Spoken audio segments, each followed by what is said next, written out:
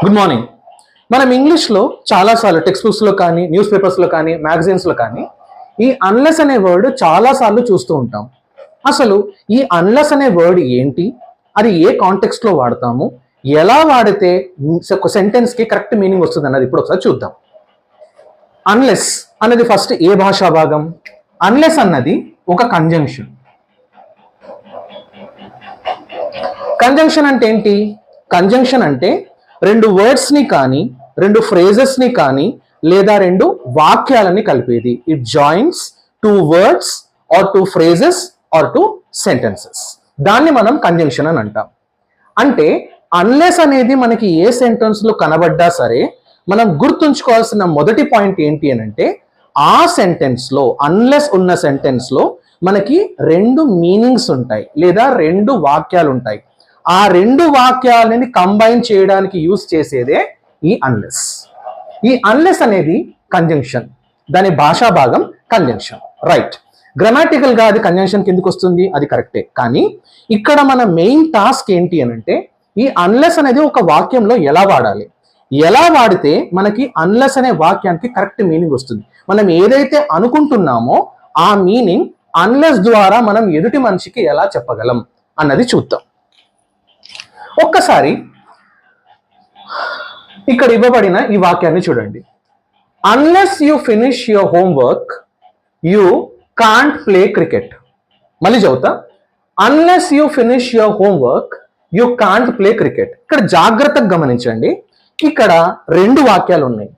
మొదటిది finishing your homework, రెండవది playing cricket. రెండు పనులు ఉన్నాయి. జాగ్రత్తగా గమనిస్తే దీంట్లో ఒక కండిషన్ ఉంది.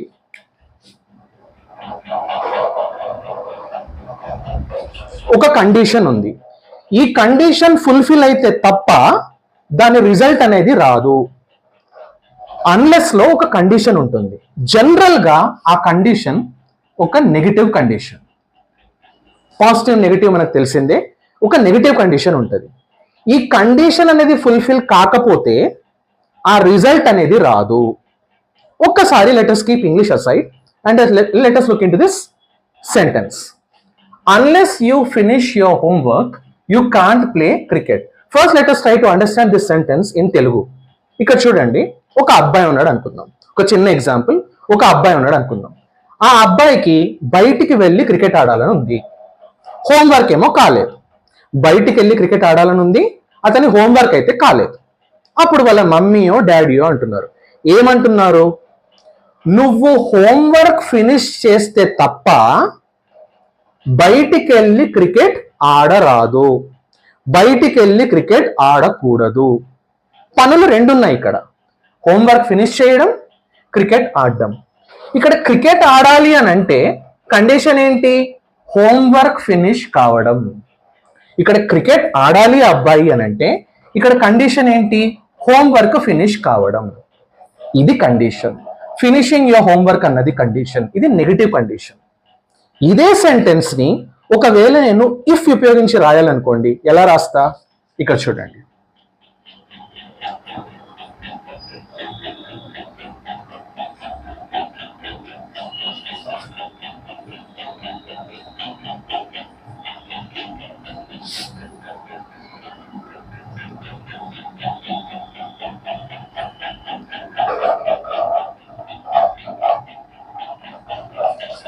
If you want to play cricket, నువ్వు క్రికెట్ ఆడాలి అనుకుంటే you must finish your homework, నువ్వు నీ హోంవర్క్ ని ఫినిష్ చేయాలి.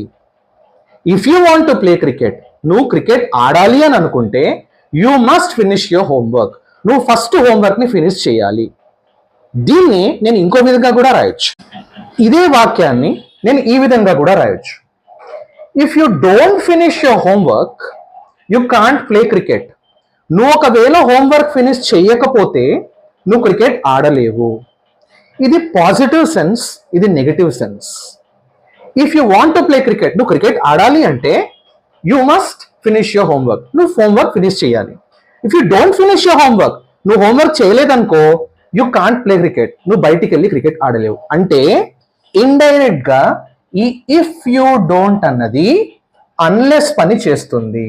అంటే అన్లెస్ ని నేను వేరే విధంగా రాయాలి అనుకుంటే ఇఫ్ యూ డోంట్. ఈ సందర్భంలో ఇఫ్ యూ డోంట్, ఇప్పుడు చూడండి, if you don't finish your homework, దీని బదులు if you don't finish your homework you can't play cricket. If you don't finish your homework you can't play cricket. If you don't అని రాసే బదులు నేను unless అని రాస్తున్నా. అన్లెస్ బదులు if you don't, if you can't, if I can't, if I'm not, ఇలాంటివి వస్తాయన్నమాట negative. అంటే నేను అన్లెస్ రాసే బదులు ఇఫ్ యూ డోంట్ అని రాయొచ్చు, లేదా ఇఫ్ యూ డోంట్ బదులు అన్లెస్ రాయొచ్చు. ఇక్కడ ఒక్కసారి చూడండి, డోంట్ అంటే ఏంటి, అది పాజిటివా నెగిటివా? దీంట్లో నాట్ అని ఉంది కాబట్టి డెఫినెట్లీ ఇట్ ఈస్ నెగిటివ్. అందుకే ఈ కండిషన్ ని మనము నెగటివ్ కండిషన్ అని అన్నాం. Unless always specifies, unless always refers to A negative condition. Unless always refers to A negative condition. Unless you finish your homework, నువ్వు హోంవర్క్ ఫినిష్ చేస్తే తప్ప you can't play cricket, నువ్వు cricket ఆడలేవు. Unless అంటే ఏంటి, if you don't, if you can't, ఇలాంటి meaning వస్తుంది. Now చాలా మందికి ఒక డౌట్ ఉంటుంది, అన్లెస్ అన్నదాన్ని, ఈ అన్లెస్ అనే వర్డ్, ఈ కంజంక్షన్ ని సెంటెన్స్ మొదట్లో రాయాలా సెంటెన్స్ మధ్యలో రాయాలా అని. ఒకటి, అన్లెస్ అన్నది ఎప్పుడు కూడా ఏదైతే కండిషన్ ఉందో, నేను ఆల్రెడీ చెప్పినాను, ఒక సెంటెన్స్ లో అన్లెస్ ఉంది అని అంటే దాంట్లో రెండు వాక్యాలు ఉంటాయి, రెండు మీనింగ్స్ ఉంటాయి.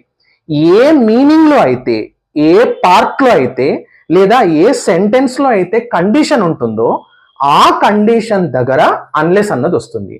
ఈ రెండు వాక్యాలలో, రెండు మీనింగ్స్ లో, finishing your homework, playing cricket, ఈ రెండిట్లో కండిషన్ ఏంటి, ఫినిషింగ్ యువర్ హోంవర్క్. కాబట్టి ఈ పార్ట్ లో, దీన్ని క్లాజ్ అంటాం, ఈ క్లాజ్ లో అన్లెస్ అని వస్తుంది. క్లాజ్ అంటే మళ్ళీ మీరు కన్ఫ్యూజ్ అవుతారు, అది పక్కన పెట్టండి, అది వేరే వీడియోలో చూద్దాం.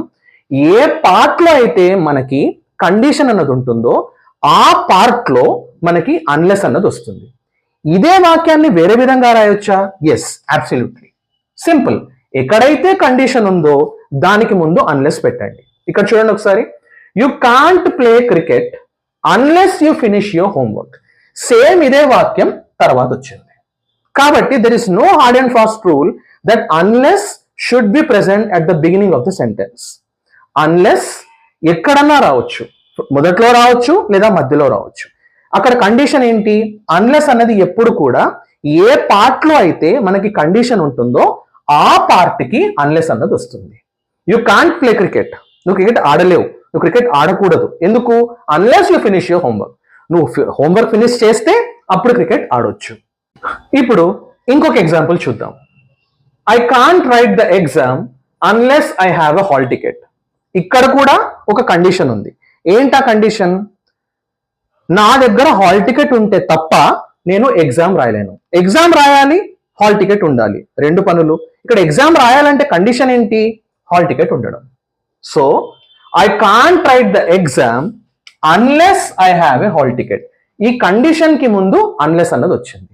ఇందాక నా ఆల్రెడీ చెప్పిన, అన్లెస్ బదులు ఇంకేం వాడొచ్చు?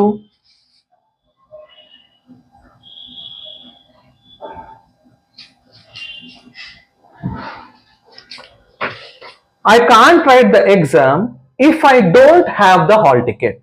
I can't write the exam if I don't have a hall ticket. Hall ticket or admit card. ఇందాక చెప్పినాను కదా, అన్లెస్ బదులు ఇఫ్ ఐ డోంట్. ఇక్కడ సబ్జెక్ట్ ఐ కాబట్టి, నా గురించి మాట్లాడుతున్నా కాబట్టి ఐ వచ్చింది. సబ్జెక్ట్ యూ అంటే యూ రావచ్చు, హీ అంటే హీ, పేరు ఉంటే పేరు. If I can't write the exam if I don't have a hall ticket, or if I can't write the exam if I don't బదులు unless I have a hall ticket. Next example, he won't pass the exam unless he studies well. ఒక అబ్బాయి ఉన్నాడు, తను అస్సలు చదవట్లేదు, బాగా చదవట్లేదు. Condition ఏంటి? వాడు పాస్ కాడు అని మనకు తెలుసు. కాబట్టి ఖచ్చితంగా చెప్తున్నాం, వాడు కష్టపడి చదివితే తప్ప ఎగ్జామ్ పాస్ కాడు. అంటే మనకి ఇక్కడ అర్థమైంది ఏంటి? అన్లెస్ కి ఒకవేళ గనక మనం ఇంగ్లీష్ లో ఈక్వలెంట్ ఇవ్వాలి అని అనుకుంటే తప్ప అనే వర్డ్ వస్తుంది. ఇది 100% కాదు, ఎందుకంటే every language has got its own specifications. So there is no hard and fast rule that they should be a definite 100% equivalent in the other language, right? తప్ప అని మనం అర్థం చేసుకోవచ్చు. ఇక్కడ చూడండి, he won't pass the exam unless he studies well. తను exam pass కావాలి, condition ఏంటి? తను కష్టపడి చదవాలి. తను కష్టపడి చదివితే తప్ప ఎగ్జామ్ పాస్ కాలేడు. తను ఎగ్జామ్ పాస్ కావాలి అంటే తను కష్టపడి చదవాలి, లేదా తను కష్టపడి చదవకపోతే ఎగ్జామ్ పాస్ కాడు, లేదా తను కష్టపడి చదివితే తప్ప ఎగ్జామ్ పాస్ కాడు. అదే దీన్నే వేరే విధంగా ఎలా రాయగలము? he won't pass the exam unless he studies well, or ఇదే దీన్ని ముందు పెట్టొచ్చు, unless he studies well he won't pass the exam. ఇది కండిషన్. అన్లెస్ అనేది ఎప్పుడు కూడా కండిషన్ తో పాటు వస్తుంది, కండిషన్ ఉన్న పార్ట్ లో వస్తుంది, కండిషన్ ఉన్న క్లాజ్ లో వస్తుంది. నా ఒక్కసారి ఈ వాక్యాలు చూడండి. ఇక్కడ నేను అన్లెస్ వాడలేదు, ఇక్కడ రెండు వాక్యాలు సపరేట్ గా ఇచ్చినాను. You got 5 seconds time. Unless అన్నది ఎక్కడ ఉంచాలి, ఇక్కడ కండిషన్ ఏంటి, దాని రిజల్ట్ ఏంటి, ఒక్కసారి ఆలోచించండి, ఒకసారి చదువుతాయి. You explain the concept, I can understand it well. You explain the concept or topic, I can understand it well. నువ్వు టాపిక్ ఎక్స్ప్లెయిన్ చేస్తే నాకు బాగా అర్థమవుతుంది, నువ్వు టాపిక్ ఎక్స్ప్లెయిన్ చేస్తే నాకు బాగా అర్థమవుతుంది. రైట్ అండి, time up. You explain the concept, I can understand it well. నువ్వు ఎక్స్ప్లెయిన్ చేస్తే నాకు అర్థమవుతుంది. అన్లెస్ ఉపయోగించి ఎలా రాయాలి?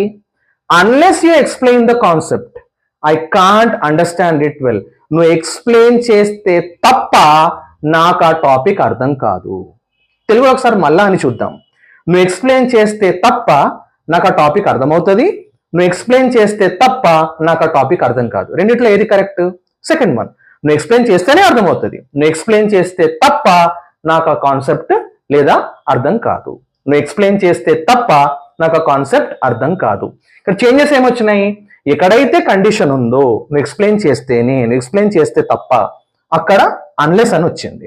ఇక్కడ క్యాన్ అన్నది కాంట్ గా అర్థమైపోయింది. నాకు అర్థం కాదు అని అన్నాం కాబట్టి కాంట్ అయిపోయింది. ఇక్కడ చూడండి, unless they invite me formally I won't attend the party.